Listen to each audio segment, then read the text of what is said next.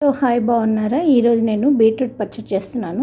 Beetroot పచ్చడి చాలా టేస్టీగా ఉంటుంది, కమ్మగా ఉంటుంది. ఎందుకంటే ఎప్పుడు కూరలాగే కాకుండా జ్యూసే కాకుండా ఇలా వెరైటీగా చేస్తే బాగుంటుంది కదా, అందుకని బీట్రూట్ పచ్చడి చేశాను అనమాట. ఎప్పుడు తురిమి పచ్చడి చేస్తాను, లేకపోతే బీట్రూట్ జ్యూస్ చేసుకుంటాం కదా. ఈరోజు ఒక్క బీట్రూట్ ఉందన్నమాట. జ్యూస్ చేసేస్తే అది అయిపోతుంది, అన్నంలోకి ఏదో ఒక ఐటెం కావాలి కదా అని బీట్రూట్ పచ్చడి చేశాను నేను. ఇది ఒక పెద్ద బీట్రూట్ తరిగితే ఎన్ని ముక్కలు వచ్చాయి చూసారా.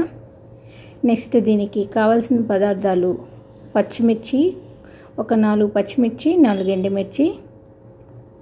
నెక్స్ట్ నువ్వులు ఒక స్పూను నువ్వులు, ఒక అర స్పూను శనగపప్పు.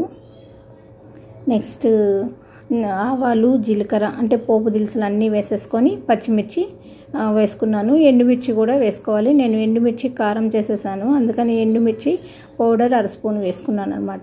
మంచిగా వేయించేసుకొని అది ఒక కప్పులో తీసి పెట్టేశాను. ఆ తర్వాత బీట్రూట్ ఒక 2 మినిట్స్ మగ్గనివ్వాలి. మరీ కూరలాగా ఫ్రై అయిపోకూడదు, మరీ పచ్చిగా ఉండకూడదు. అందుకని దీంట్లో యాజ్ యూజువల్ ఉప్పు వేసేసి మూత పెట్టేస్తే తొందరగా మగ్గిపోతుంది కనుక అలా చేశాను.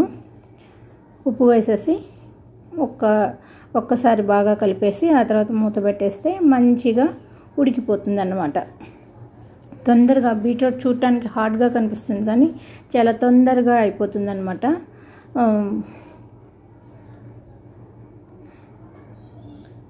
కొంచెం ఆయిల్ వేసి బీట్రూట్ ఫ్రై చేసుకోవాలి, ఎందుకంటే ఫస్ట్ పోపు వేసాను కదా, అదంతా తీసేసాను కదా. ఒక చిటిక ఆయిల్ వేసాను, మూత పెట్టి ఉంచుతాను. ఆ తర్వాత మనం ఇప్పుడు పోపు వేయించుకున్నాం కదా, పచ్చిమిర్చి, ఎండుమిర్చి, ఒక స్పూన్ నువ్వులు, ఒక స్పూన్ శనగపప్పు, ధనియాలు, మన ఇష్టం, మెంతులు, ఆవాలు, జీలకర్ర ఇవన్నీ పోపు వేయించుకున్నాము. అది మిక్సీ వేసేసి పక్కన ఉంచుకోవాలి. చూసారా, బాగా మగ్గిపోయింది చాలా అన్నమాట. ఇంకా మరీ ఉడికిపోతే అంత బాగుండదు. ఇప్పుడు ఈ మిశ్రమాన్ని మిక్సీ పట్టేస్తున్నాను.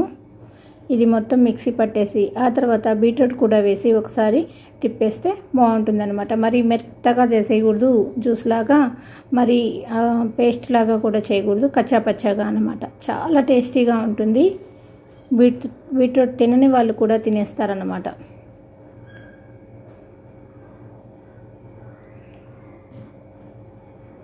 చూసారా, పచ్చిమిర్చి పేస్ట్ అంతా మిగిలిపోయింది. ఆ తర్వాత బీట్రూట్ వేసి మిక్సీ వేసేస్తున్నాను.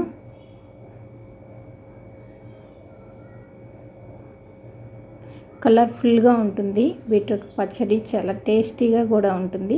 చపాతీలోకి నంచుకోవచ్చు, పూరీలోకి నంచుకోవచ్చు. నెక్స్ట్ అన్నంలోకి అయితే చాలా బాగుంటుంది అన్నమాట. ఇంకా పచ్చడి అన్నాం కదా, కారానికి తగ్గట్టు కొంచెం పులుపు వేసుకోవాలి కాబట్టి చింతపండు గుజ్జు వేస్తున్నాను నేను. ఈరోజు మా ఇంట్లో లంచ్ ఏంటంటే బీట్రూట్ పచ్చడి, చారు పెట్టాను.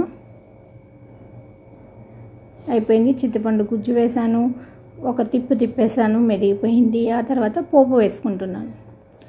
ఆవాలు, జీలకర్ర, శనగపప్పు, మినపప్పు. ఇలాంటి రోటి పచ్చళ్ళలోకి ఈ పోపు వేస్తేనే బాగుంటుందన్నమాట. పప్పులు క్రిస్పీగా ఉంటే కలుపుకున్నప్పుడు అన్నంలో కలుపుకున్నప్పుడు తింటూ ఉంటే టేస్టీగా అనిపిస్తుంది. మినపప్పు, శనగపప్పు, ఆవాలు, జీలకర్ర, కరివేపాకు, ఇంగువ వేసేసి నూనె వేసేసి నువ్వులు నూనె పోపు వేస్తున్నాను అన్నమాట.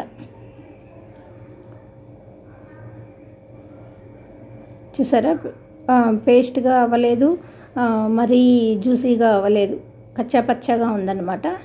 తురివినట్టు వచ్చింది, చాలా బాగుందన్నమాట. అంటే పచ్చడి ఎలా ఉండాలో అలా ఉందన్నమాట, చట్నీ ఎలా ఉండాలో అలా. అది మంచిగా పోపులో కలిపేసుకొని బాగా మిక్స్ చేసేసి ఆ తర్వాత మనం డిష్ అవుట్ చేసేసుకుందాం. ఎందుకంటే యాక్చువల్గా బీట్రూట్ కొంచెం స్వీట్నెస్ ఉంటుంది ఒరిజినల్గానే. మనం పచ్చిమిర్చి వేసాం కాబట్టి, దానికి తగ్గ పులుపు వేసాము, దానికి తగ్గ ఉప్పు వేసాము కాబట్టి కమ్మగా టేస్టీగా ఉంటుంది అన్నమాట.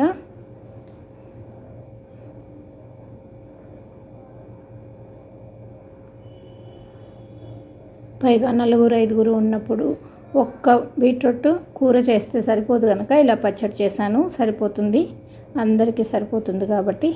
చూసారా, ఎంతో రుచికరమైన బీట్రూట్ పచ్చడి. ఇది మీరు అందరూ చేసుకొని ఎలా ఉందో కామెంట్స్లో చెప్పండి. డిష్ అవుట్ చేసేస్తున్నాను. ఈ వీడియో మీకు నచ్చినట్లయితే లైక్ చేయండి, షేర్ చేయండి, సబ్స్క్రైబ్ చేయండి. థ్యాంక్ యూ అండి. బాయ్ అండి.